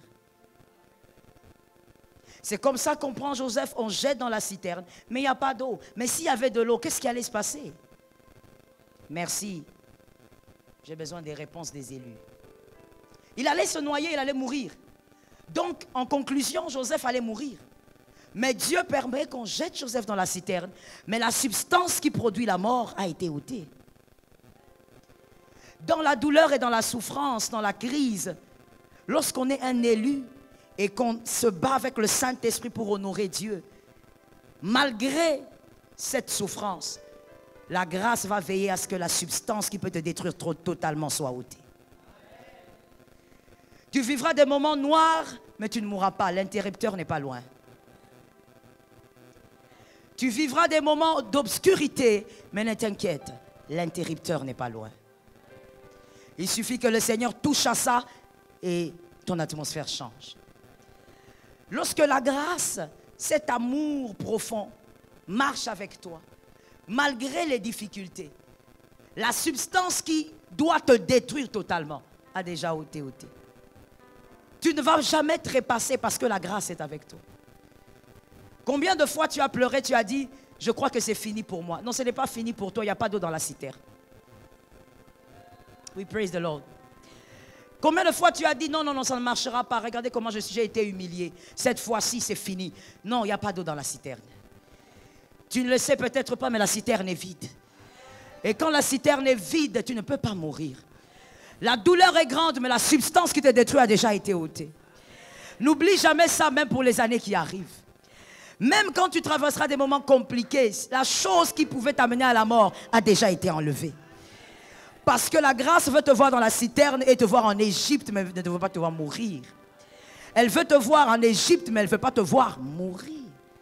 Et donc tu ne mourras pas quoi qu'il arrive. Oui, c'est pour les élus. Tu ne mourras pas même si tu ne comprends pas ce qui va se passer après quelques heures, mais tu ne mourras pas. Même si tu arrives à souffrir jusqu'à ne plus avoir des vêtements, tu ne mourras pas. Les vêtements ne sont que des bouts de tissu. Voilà pourquoi moi je m'étonne toujours quand vous campez. Il y a certaines personnes qui respectent les autres à cause des vêtements ou par leur habillement. C'est votre façon de voir. Mais les vêtements, ce ne sont que des bouts de tissu. Même si tu restais sans vêtements, même si tu restais sans rien, même si tout le monde t'abandonnait, la grâce a déjà enlevé la substance qui peut t'amener à la mort. Let me say it well. Pendant la douleur et la souffrance, tu verras beaucoup de choses, mais ton corps ne verra pas le cimetière. La substance qui doit t'amener vers le cimetière a déjà été enlevée. La grâce ne permettra pas. Il y a something good ici aussi. Quand j'ai lu, j'ai dit, praise the Lord. La belle chose que j'ai vue, c'est quoi? C'est que Dieu a voulu aussi que la citerne soit vide parce que cette eau ne pouvait pas abreuver la destinée de Joseph. Elle pouvait abreuver le présent, mais pas la destinée. Or, en ce moment-là, Joseph n'avait pas besoin d'une paracétamol. Joseph avait besoin d'une cure. C'est-à-dire, Joseph avait besoin de quelque chose qui pouvait stabiliser de manière pérenne sa vie. Et donc, ce n'est pas l'eau physique qui pouvait l'aider. Dans la citerne sèche, la source de vie véritable qui est la grâce a abreuvé l'avenir de Joseph. Quand l'avenir est abreuvé, même si dans le présent je ne bois pas, dans l'avenir je serai là. Yeah. Même si dans ton présent, tu vis des moments difficiles, des moments durs, mais si la grâce, Christ est là, il a déjà abreuvé ton avenir, tu seras dans ton avenir. Même de manière squelettique, mais tu seras là. Ça tombe sur toi. Même en boitant, tu seras là. Comme Jacob est arrivé en boitant, mais en boitant, c'était pour une autre progéniture. C'était pour une autre destinée. Lorsqu'il marchait normalement, il était dans le chaos. Quand il a commencé à boiter, il est entré dans sa destinée. Je prophétise sur la vie de quelqu'un. Même si tu boites, tu seras dans la destinée. Même s'il n'y a pas d'eau maintenant, mais celui qui a abreuvé l'avenir t'a garanti une place dans l'avenir. Que quelqu'un dise, il y a une garantie là-bas. Que quelqu'un dise, j'ai une place dans l'avenir. Retiens bien pour la vie, mon fils. Ce n'est pas parce que tu ne bois pas aujourd'hui que demain tu ne boiras pas. Parce que c'est celui qui t'a abreuvé, a abreuvé ton futur, c'est que demain tu boiras. Les gens regardent Joseph, ils disent, il est dans la citerne, il n'y a pas d'eau, il va souffrir. Il va peut-être même mourir par manque d'eau. Mais là, Joseph était avec quelqu'un qui était en train d'abreuver son avenir, en train d'arroser sa destinée. Vous savez, il y a des moments où, vraiment, moi je pense, il y a des moments où vous êtes tellement mal que vous n'avez pas besoin qu'on vous dise ça ira. Hein? Ça t'est jamais arrivé, que Dieu te garde. Mais moi déjà. Tu n'as pas envie qu'on te dise ça ira. C'est une phrase d'ailleurs qui t'énerve. Yes. Tu ne veux pas de paracétamol. Tu veux une quinine que la maladie se termine. Tu veux une cure qui pourra terminer ta maladie. Tu n'as pas besoin qu'on vienne te dire, tu sais, la vie et tout ce que vous voulez. Non. Tu n'as pas besoin de ça. Vous savez, c'est un peu ce qui arrive des fois quand vous perdez un parent. Il y a quelqu'un qui vient vous dire, vous savez, c'est comme ça, ça ira, c'est la vie. Vous avez envie de regarder la personne et de dire, si je pouvais gifler. Je n'ai pas besoin que tu me dises que ça ira. La vérité, c'est que la vie ne sera plus jamais la même. J'ai plus mon père. J'ai plus ma mère. C'est une autre vie. Tu n'as pas besoin de ça, en fait. Pour toi, tu as l'impression que ce sont des calmants. Tu ne veux pas ça. Toi, tu veux quelque chose qui pourra changer ta situation. Et c'est ce que Christ avait fait avec Joseph dans le puits ou dans la citerne. Christ a permis qu'il soit privé d'eau. Il a souffert toute la nuit. Mais Christ avait déjà arrosé sa destinée. C'est comme ça que je disais à mon fils, mourir de soif dans le présent ne veut pas dire qu'on a une destinée sèche. La destinée peut être gravement arrosée alors qu'aujourd'hui on meurt de soif. La destinée peut être gravement arrosée alors qu'aujourd'hui on manque de pantalons. La destinée peut être gravement arrosée alors qu'aujourd'hui on manque une chemise. Mais la destinée est déjà arrosée. La grâce. La grâce a aussi fait quelque chose. La grâce a permis que dès que Joseph est arrivé, qu'on prenne la tunique bugarrée de Joseph, colorée, qu'on la prenne, que quelqu'un me dise la tunique. Que quelqu'un me dise la tunique. On a pris la tunique bugarrée de Joseph.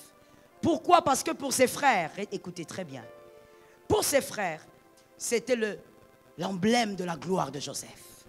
C'était l'emblème de l'amour de Jacob pour Joseph. Ils ont donc arraché ça. Mais quand on rentre dans les origines, c'est mieux, parce que les traductions françaises, là, surtout le français des fois est très pauvre pour expliquer certaines choses. Moi, j'aime rentrer dans les origines des mots. La tunique, le terme originel est Ketonet Passim. Ketonet Passim est le nom de la tunique que Joseph avait portée. Et ce mot veut dire manquer de couleur ou manquer d'une chose. Être privé d'une chose. Donc, prophétiquement en réalité, quand Jacob a donné la tunique à son fils, Jacob était en train de dire que celui-ci, je l'ai perdu. Celui-ci, je l'ai manqué. Jacob avait déjà prophétisé sur le départ de son fils. Le jour où il a donné la tunique. Et quand ses frères sont venus prendre la tunique, Joseph devait absolument subir la prophétie de sa tunique. Joseph devait manquer à sa famille. Joseph devait donc partir. Écoute maintenant bien. C'est pourquoi je t'ai dit ton histoire d'amour avec la grâce. Ça a commencé depuis. Et dans toute l'ancienne alliance, toi tu es là. Quand je dis Joseph, mets ton nom, c'est toi là. Oui. Et quand ils ont pris la tunique, la prophétie s'est accomplie. Joseph devait partir. Il devait manquer à sa famille, à Jacob. Mais écoutez bien, lorsque Joseph a manqué à sa famille, la grâce l'a récupéré. Parce que la grâce ne fait pas paraître ce que l'homme tient. La grâce n'exhibe pas celui que les hommes ont tenu. Pour que la grâce te positionne, je veux le dire autrement, sur le podium de la présentation de la grâce, un homme ne peut pas se tenir. La grâce doit être la seule à te présenter. Mais la grâce présente seulement celui que les hommes ont jeté.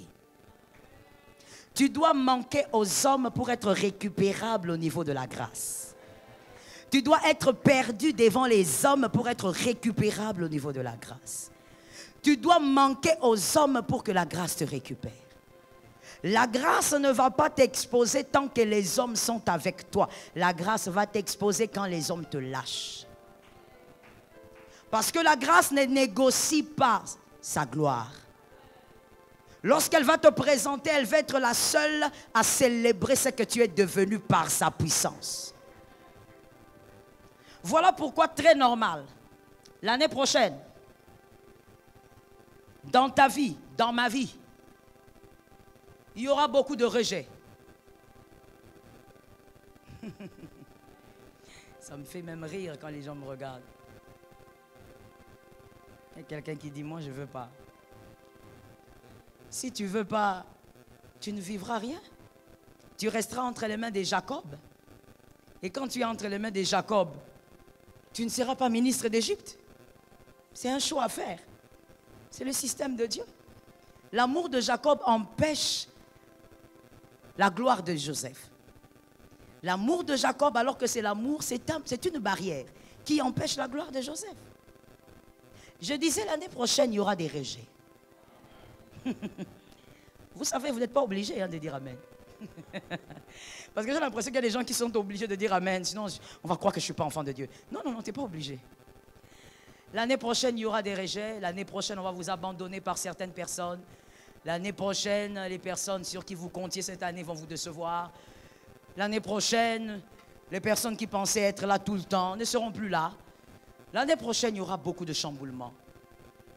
L'année prochaine, les personnes qui semblaient vous soutenir vont se transformer en frères de Joseph. Ils vont vous critiquer au travail. Ils vont vous calomnier auprès de votre patron. Il y aura beaucoup de choses comme ça. Mais sans ça, la grâce ne peut pas te récupérer. C'est le chemin obligé pour que la grâce te récupère. Je vais le dire autrement pour un homme intelligent. Lorsque les hommes vous tiennent, les hommes, ils ne savent pas prendre soin de vous. Ils ne savent pas vous entretenir. Ils ne savent pas bien mettre votre make-up. Mais quand la grâce vous récupère, la grâce sait vous entretenir. Elle sait mettre le make-up. Elle sait quand est-ce qu'il faut mettre ce make-up, la journée ou la nuit. La grâce sait vous entretenir. Que quelqu'un dise, je suis un élu. J'ai senti un amour terrible quand j'ai parlé. Je me sentais une bonne... Ça veut dire, je ne sais pas comment exprimer ce que j'ai ressenti. Je me suis senti aimé par quelqu'un. La grâce, lorsqu'elle te récupère, lorsque les hommes te lâchent, tu te dis pourquoi les hommes m'ont fait ça. Il ne faut même pas regarder les hommes. Appelle ça le calcul de la grâce. Que quelqu'un dise à son voisin, c'est les calculs de la grâce. Ce sont les calculs de la grâce. Que ton meilleur ami te critique, calcul de la grâce. Que ton meilleur ami t'abandonne, calcul de la grâce. Tu confies ton meilleur ami, tu prends ton meilleur ami, tu l'amènes chez ton patron, tu dis, ben, c'est quelqu'un de fiable, et puis il va te détruire. Le calcul de la grâce. Dans tout cela, la grâce va te récupérer. Et quand la grâce récupère un homme, tu deviens méconnaissable. Quand la grâce récupère un homme, personne ne va te reconnaître. Personne ne va réaliser qu'il s'agit de ta maison. Personne ne va réaliser qu'il s'agit de ta famille. Mais il s'agira bien de toi. Parce que la grâce t'a récupéré. Les mains des hommes ne permettent pas à la grâce de te façonner. Très normal que les hommes t'abandonnent à un moment donné de ta vie. Et que la grâce te récupère. L'amour de Jacob est un frein. La grâce doit briser ça. Vous savez, il y a quelque chose que j'ai constaté. Si la grâce sent que l'amour de quelqu'un dans votre vie prend trop d'espace au point de ne plus voir l'amour de Dieu, Dieu va entrer dedans. Dieu va entrer dedans. Et Dieu va toucher. Je n'ai pas envie de dire détruire parce que ça ne sera pas forcément détruit, mais Dieu va toucher là-dedans. Si Dieu sent que l'amour de ton mari t'empêche de voir l'amour de Dieu, ma soeur, c'est que tu vivras. On appelle ça en lingala minen. Tu verras des choses énormes. Tu vas te poser la question, c'est lui ou c'est pas lui? C'est lui. Moi, je connais une femme qui, dans mon bureau, ils sont venus en fait, pour une prière et pour une orientation avec son mari, mais ils avaient des problèmes. Donc, devant moi, la femme qui dit, non, mais c'était pas comme ça, c'était pas comme ça. Et l'homme qui dit, si, c'était comme ça. Non, toi, tu es toujours comme ça. Ah, moi, c'est toi qui es toujours comme ça. Non, toi, regarde comment tu parles comme ta mère. Non, toi, si tu parles... Ils ont pris comme ça dans mon bureau, même pendant 5-10 minutes. Et moi, j'étais là en train de regarder, gauche, droite, gauche, droite. Et puis je leur ai dit, calmez-vous un peu. Et on va d'abord prier. Non, maman, il faut aujourd'hui même, cette femme ici, moi, aujourd'hui même, j'ai fini avec cette femme. Ah, Seigneur, ils ont parlé, on a prié, ils sont sortis. Et le soir, j'appelle sa femme, j'ai dit, comment ça va? Ça va bien? Est-ce que tu pourras passer à la maison? Maman, maintenant? Non, dans quelques 30 minutes. Non, maman, ce ne sera pas possible. Hein. Je dis, pourquoi? Non, je sors avec mon mari. C'est pourquoi moi je dis, les mariés sont les premiers aventuriers du monde, les mariés.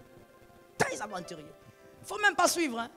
Comme ils se disputent comme ça, c'est qu'ils vont divorcer le soir. Tu vas t'étonner. Le soir, là, c'est là que la femme va tomber enceinte. Je n'ai rien dit. Je pars terminer.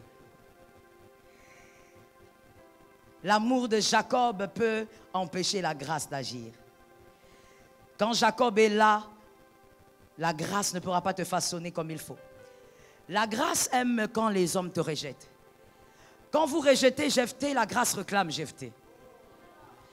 Quand on rejette quelqu'un dans ta famille, la grâce va récupérer la personne. Quand on te rejette dans la société, la grâce va te récupérer.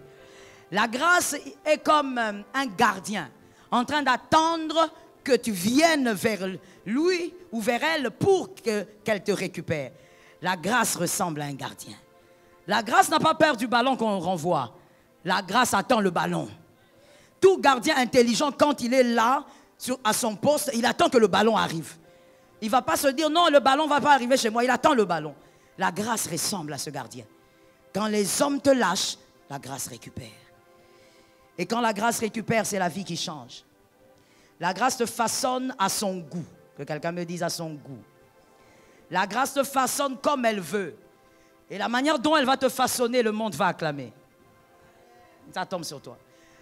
La manière dont elle va te façonner, le monde va t'acclamer parce que la grâce ne façonne pas que de l'extérieur. Elle ne vous donne pas que des maisons, de voitures. Et vous avez toutes ces choses, mais vous êtes un grand bandit, comme les bandits que nous voyons ici dans notre pays. Des bandits en cravate au Parlement, mais des bandits. Vous êtes des bandits. La nuit, vous faites des avortements aux mineurs. Non. Vous n'êtes pas un bandit en cravate, pas un bandit au Parlement, pas un bandit au Sénat, pas un bandit. Je voulais parler, mais j'ai senti comme la voix de mon mari me dire, chut. Vous n'êtes pas un bandit assis là-bas, non. Mais la grâce, elle vous façonne de l'extérieur et de l'intérieur. Elle vous donne des biens matériels, mais elle peut aussi travailler vos valeurs intrinsèques. Vous êtes un homme de valeur. Tu as épousé une femme, tu restes avec une femme.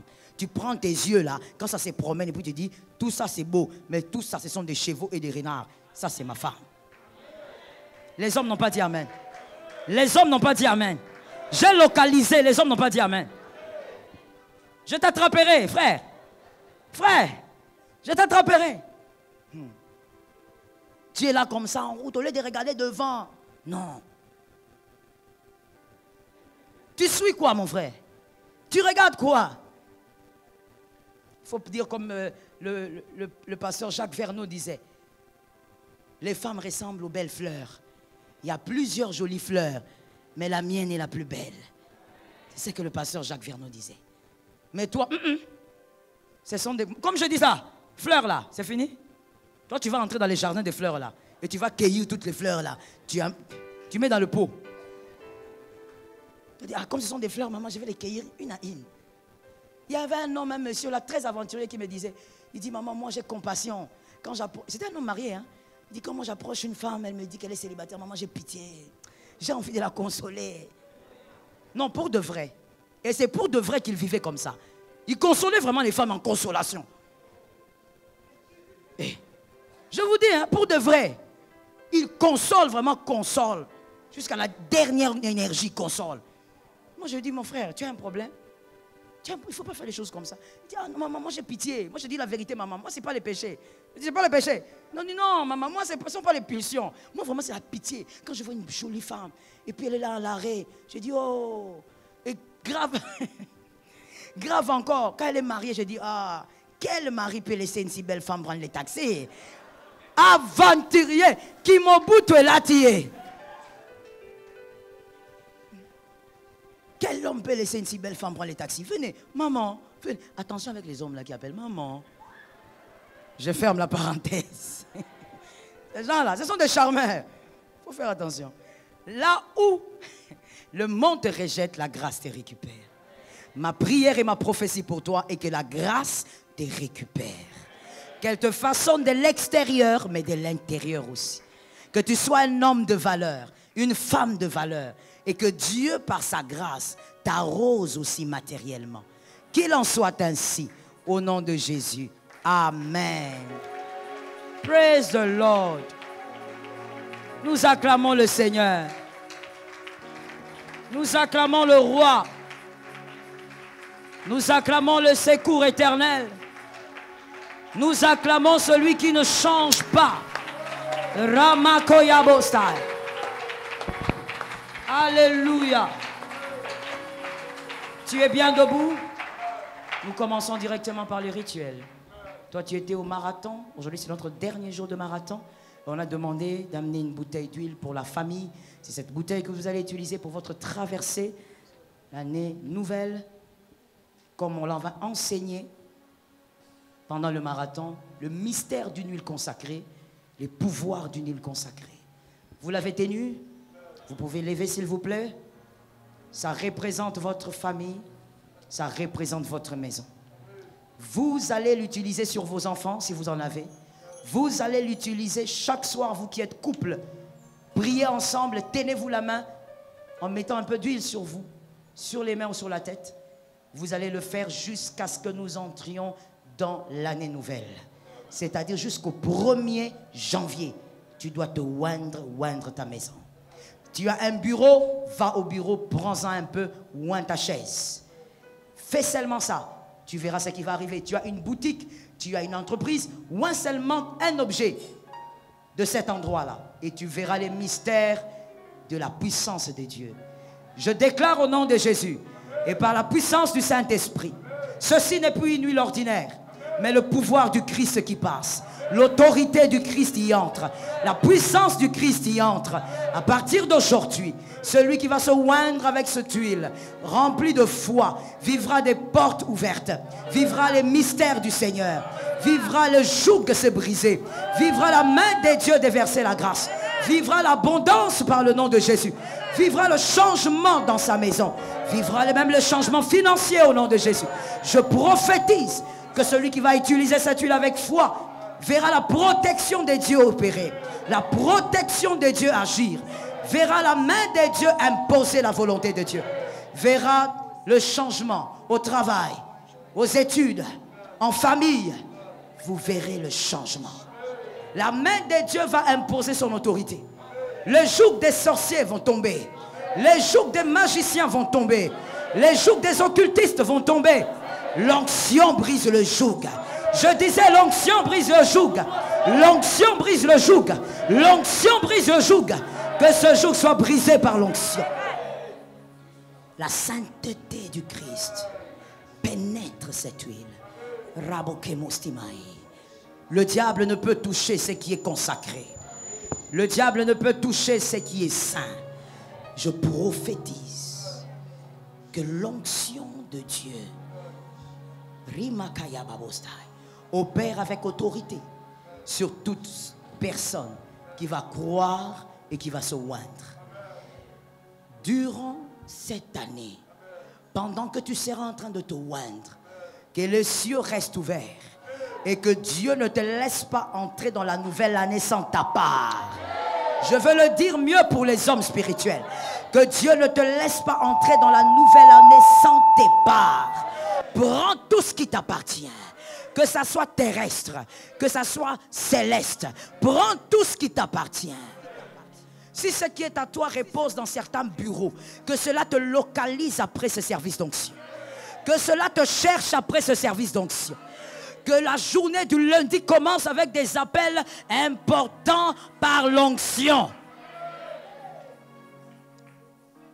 À cause de l'onction, que ce qui est à toi, si ça se trouve dans certains tiroirs, que ça quitte ces tiroirs et que ça te cherche. Que les hommes même qui ont décidé de ne plus jamais t'appeler, si c'est pour ton élévation et ta grâce, que ces hommes-là t'appellent. Que les hommes qui ont décidé de ne plus jamais avoir affaire avec toi, mais si c'est pour ton élévation, que ces hommes-là te cherchent. Je prophétise au nom de Jésus que cette huile, parce qu'elle est consacrée, elle est sainte, que tes enfants soient protégés, sécurisés par elle. Que l'intelligence de tes enfants soit multipliée. Que tes enfants reçoivent des visitations célestes divines. Que tes enfants soient des fils et des filles de la révélation. Que ce soit des enfants qui vont se frotter avec la divinité par la puissance de Dieu. Que ce soit des enfants qui vont se frotter avec le prophétique par la puissance de Dieu. Que ce soit des enfants révélés à cause de ta foi. Que l'onction opère sur tes enfants. À cause de ta foi, partout où tu mettras de cette huile, que cet endroit devienne redoutable. Comme Jacob l'avait dit, que ça devienne redoutable. Que ça devienne Bethel, la maison de Dieu. Que ça soit au service, que ça soit à l'université, que ça devienne Bethel. Et que le diable soit incapable de toucher à ce qui t'appartient. Ainsi j'ai déclaré l'onction et la puissance des dieux.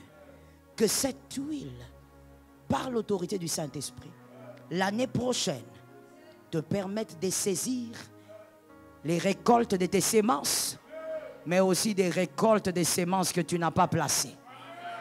Ça tombe sur ta vie au nom de Jésus. Et ça va agir sur la vie de celui qui croira. Ainsi je prophétisais sur cette huile. Que les cieux m'entendent, que la terre enregistre, que la nature y travaille. Au nom de Jésus. Amen. Saint-Esprit. Merci Seigneur. Prends de l'huile, de ton huile à toi. Tu mets sur ta tête et tu prophétises. La prophétie que tu vas libérer, que ça soit attaché à 2021. Prophétise. Shabababosti. Shabababosti. Shabababosti. Shabababosti. Que la prophétie soit attachée à 2021. Shabababosti. Shabababosti. Rimamamama. Oh, ne manque pas à dire, frère. Il y a des défis qui t'attendent. Tu dois être la tête mieux que cette année. Prophétise. Les paroles précèdent toujours l'homme. Dans le futur, les paroles précèdent toujours l'homme. Shabostai. Shababostimai. Que Dieu honore ta foi. Shebebebostimai. Que Dieu honore ta foi. Rababostimai shite. Que l'huile, shebebebestimai. Shebebebestimai. Shebebebestimai. Que l'huile opère. Que l'huile agisse. Que le Dieu qui agit par une huile consacrée opère sur ta vie. Et qu'il te surprenne malgré tout. Rababostimai. Ribebebestimai.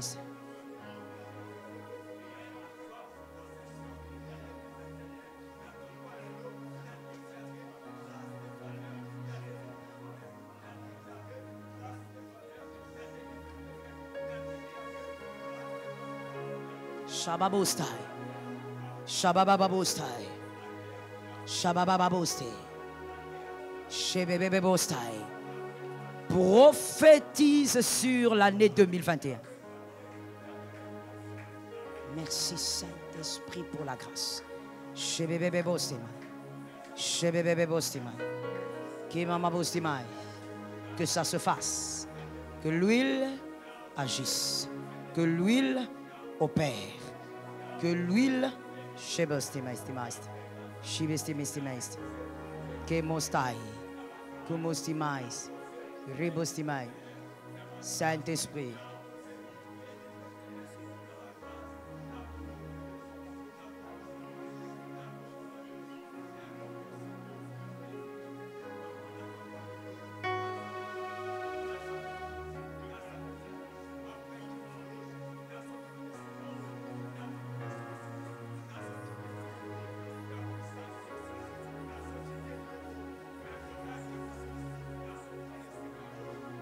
Shebebebostemais.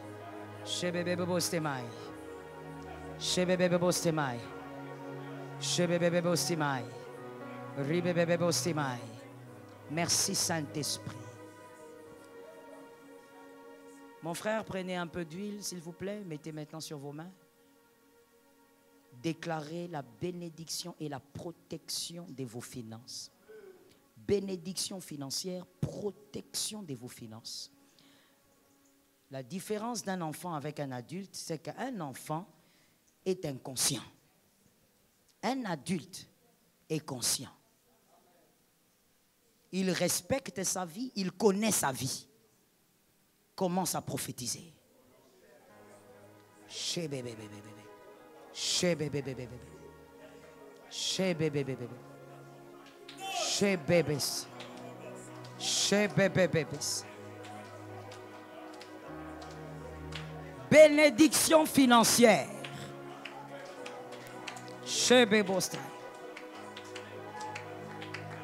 Jésus,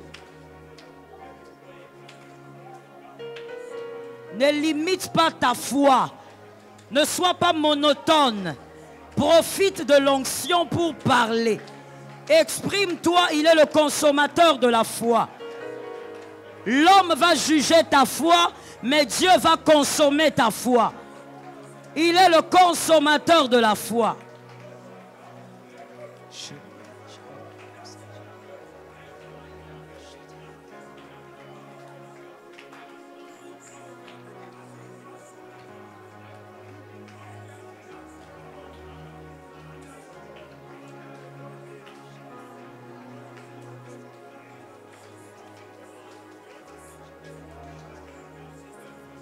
Merci Jésus. Si le Saint-Esprit le veut, on va finir par ces rituels-ci. Je prophétise et toi tu déclares avec autorité et puissance. Quoi qu'il arrive, j'avancerai. C'est important que tu dises ça. Parce que cette phrase va même permettre à ce que quand tu seras affaibli dans ta foi, le Saint-Esprit va te rappeler. Et le Saint-Esprit va prendre ta phrase comme une prophétie, il va l'utiliser en ta faveur. Je déclare et tu dis, quoi qu'il arrive, j'avancerai. Et nous parlons de cette année, de l'année prochaine par l'onction. Au nom de Jésus, je ne t'entends pas. Par l'autorité de Jésus, malgré les combats, malgré les maladies, malgré les adversités, je prophétise aujourd'hui. Oh, que les cieux entendent, que tous les quatre vents retiennent, que la terre aussi entende. Je prophétise, je déclare devant tous les esprits. Prophétise, commande, chacun. Par l'onction, par le Saint-Esprit, tu vas avancer. Par le Saint-Esprit, Shababababos. Shabababababos. Shababababos. Prophétise.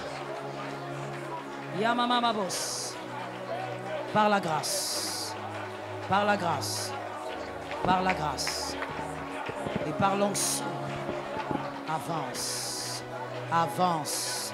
Avance. Avance. Avance. Romostakaya roboste. Ramababoshetemai. Rekeyemaste. Roboshitemai. Keyarimese. Avance. In the name of Jesus. Shababostai. Shababababos. Yamamabostai. Zambalola. Yebabababostai. Yebabababashtai. Yemamamabostai. Shababababoste. Rakayamabosta. Shikememe. Quoi qu'il arrive, au nom de Jésus. Rimamamabose. Ribebebese. Ribebebose. Shekayabose. Au nom de Jésus. Merci Seigneur. Je veux prier pour toi. Je vais commencer par une prière. Ensuite, je vais passer par un rituel. Et nous allons, par l'ordre du Seigneur, s'il le veut bien, nous allons clôturer le service de prière par là. Je commence par la prière. Alors, prépare ton esprit à prendre cette prière. Au nom de Jésus, par la puissance du Saint-Esprit, Père, tout celui qui est entré dans cette maison avec un cœur rempli de foi, que cette personne soit visitée de manière particulière par une onction, thank you Lord, une onction qui amène au-delà des limites, une onction qui fait sauter, pas seulement marcher, une onction qui ne fait pas que sauter, mais qui fait aussi courir. Saint-Esprit, je viens prier pour l'âme de celui qui est là, je prie pour l'âme de celle qui est là, je prie Seigneur pour son entendement, que les sorciers n'empêchent pas Seigneur à ses oreilles spirituelles d'entendre ça. Je déclare Père éternel que par l'huile consacrée, que celui qui est devant moi sois capable cette année, ainsi que l'année prochaine, d'aller au-delà de ses calculs, de sauter bien au-delà de ses calculs, qu'il soit capable de posséder ce qu'il n'imaginait pas, capable de posséder ce qui n'était pas à sa portée, capable de posséder ce qui était loin de lui, posséder ce qui était loin de lui. Je déclare, Seigneur, que par ton huile, une grâce exceptionnelle touche mon frère, touche ma soeur, une faveur glorieuse qui peut changer sa vie, qui peut changer son parcours, changer sa vie financière. Au nom de Jésus de Nazareth, puissant guerrier, opère. Saint-Esprit, par ta grâce opère. The glory of Jesus. Saint-Esprit, par ton autorité opère. Saint-Esprit, par ton pouvoir opère. Soyez prêts à recevoir la prière, parce qu'elle vient vers vous maintenant. Tout ce qui a été dit, maintenant vient vers vous. Vient s'attacher à votre âme. Vient s'attacher à votre esprit. Pendant cette déclaration prophétique, que le protocole m'amène les 4 personnes qui seront saisies par l'huile du Saint-Esprit. Amenez-les rapidement avant que je passe par le rituel. Elles sont à 4. Elles sont à 4. Donnez-moi ça.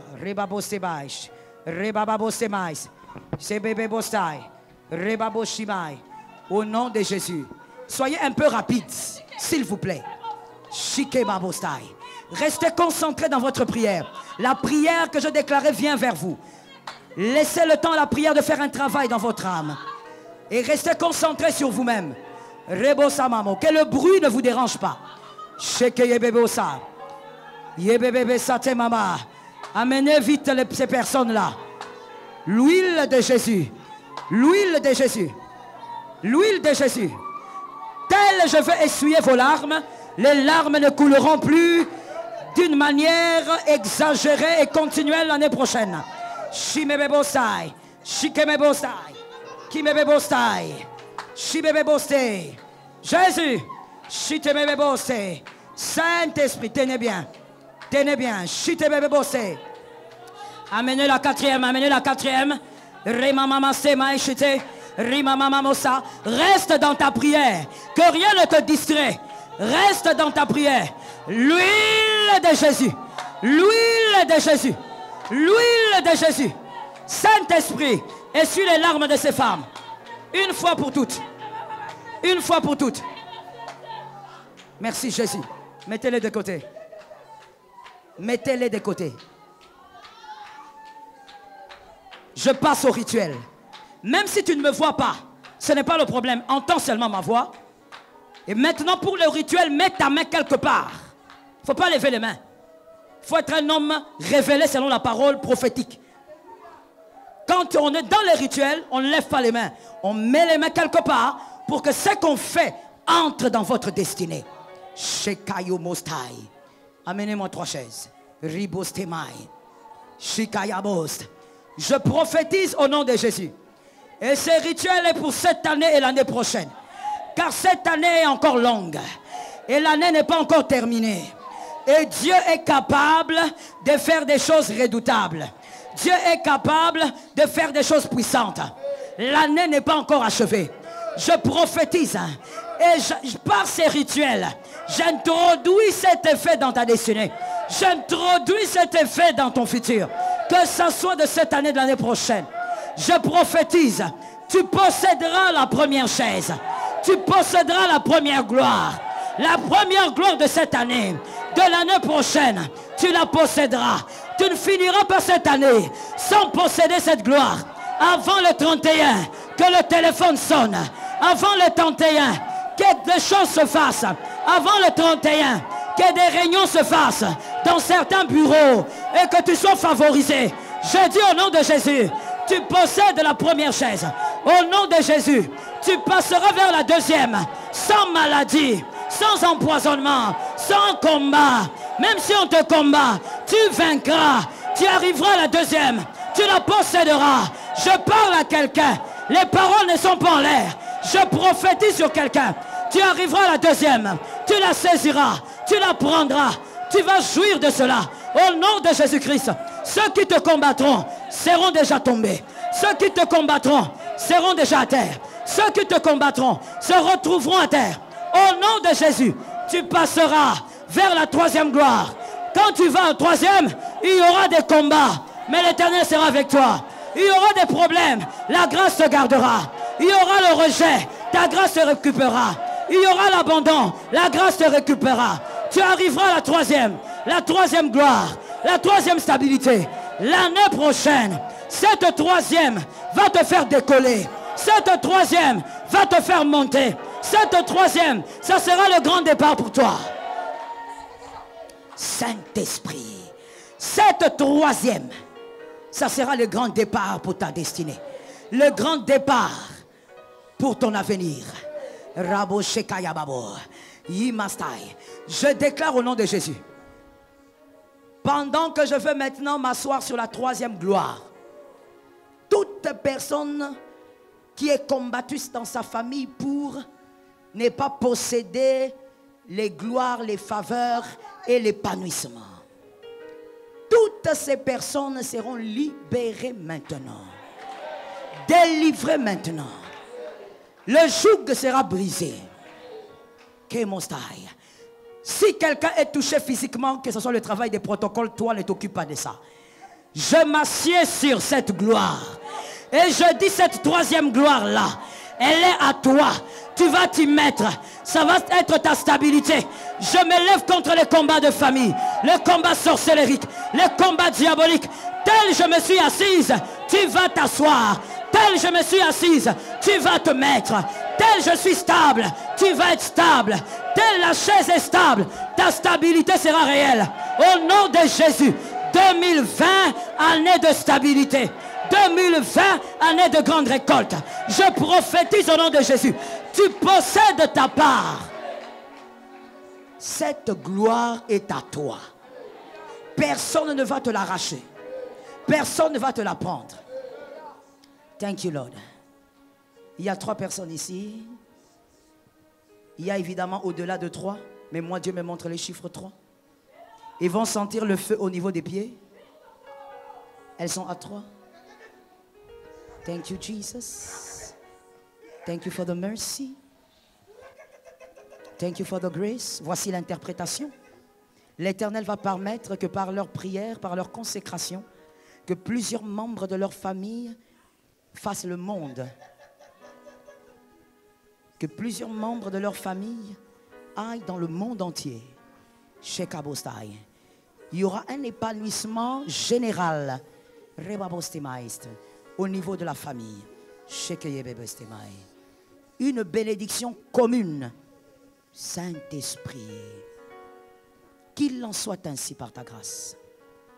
Je déclare que cette stabilité que va apporter la troisième gloire ne soit pas au nom de Jésus détectable par le diable. Que soit incapable de détecter cette troisième gloire. Lorsqu'ils iront dans leur réunion, qu'ils soient incapables de voir la gloire qui est en train de t'arriver. Que Dieu protège ton corps, ton âme et ton esprit. Qu'il protège ta famille, qu'il protège ta famille élargie. Que Dieu protège ton église. Et que le diable soit dans l'échec. Prends ta part aujourd'hui. Et vis-la l'année prochaine. Prends ta part aujourd'hui. Et vis cette part l'année prochaine. Que d'autres plus violents vivent cela déjà cette année. Que les plus violents vivent cela déjà cette année. Au nom puissant de Jésus-Christ. Ainsi j'ai scellé la grâce. C'est que je scelle sur la terre et scellé dans les cieux. C'est au nom de Jésus que j'ai déclaré cela. Et le peuple a dit Amen 3 fois. Praise the Lord. Alléluia. Merci Jésus pour la grâce. Tu peux t'asseoir sous l'onction.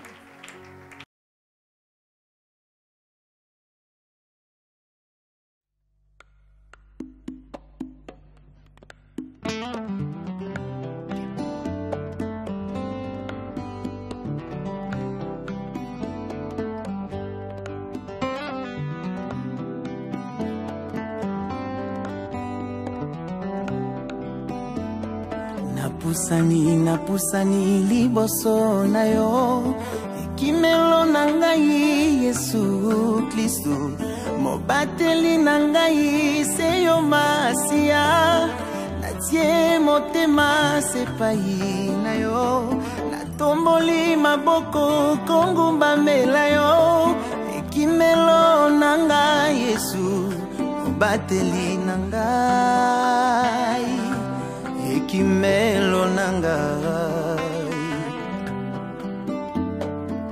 kolotala banguna na ngai bazali nyango kolimwisa ngai batie mitambu na banzela nyonso balobi ete nga na kolimwa babosani oyo akobatelaka ngai babosani oyo akobombaka ngai Yesu Kristu mobateli na ngai ekimelo na ngai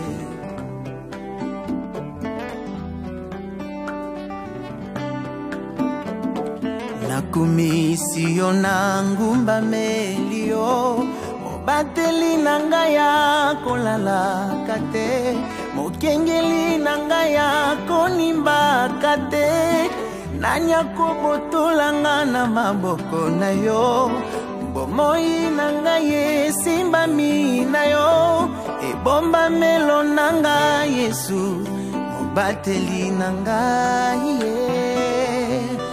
ekimelo na ngai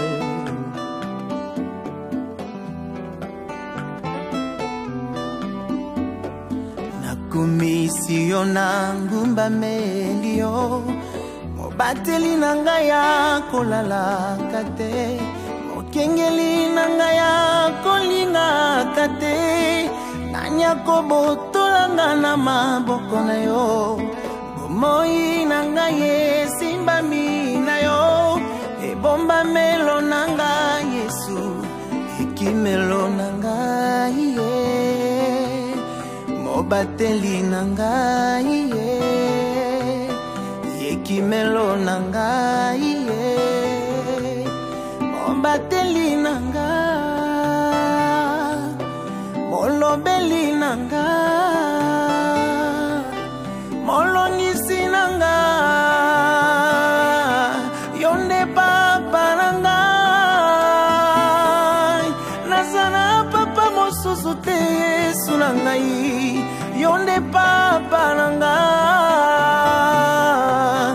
ekimelo na ngai Yesu natalelise yo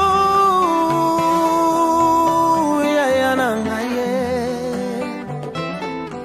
papa ya bana bitike Yesu na ngai ata bache mitambo na nzela Yesu ozobatela banzela na ngai ozokengela venir na ngai Yesu na ngai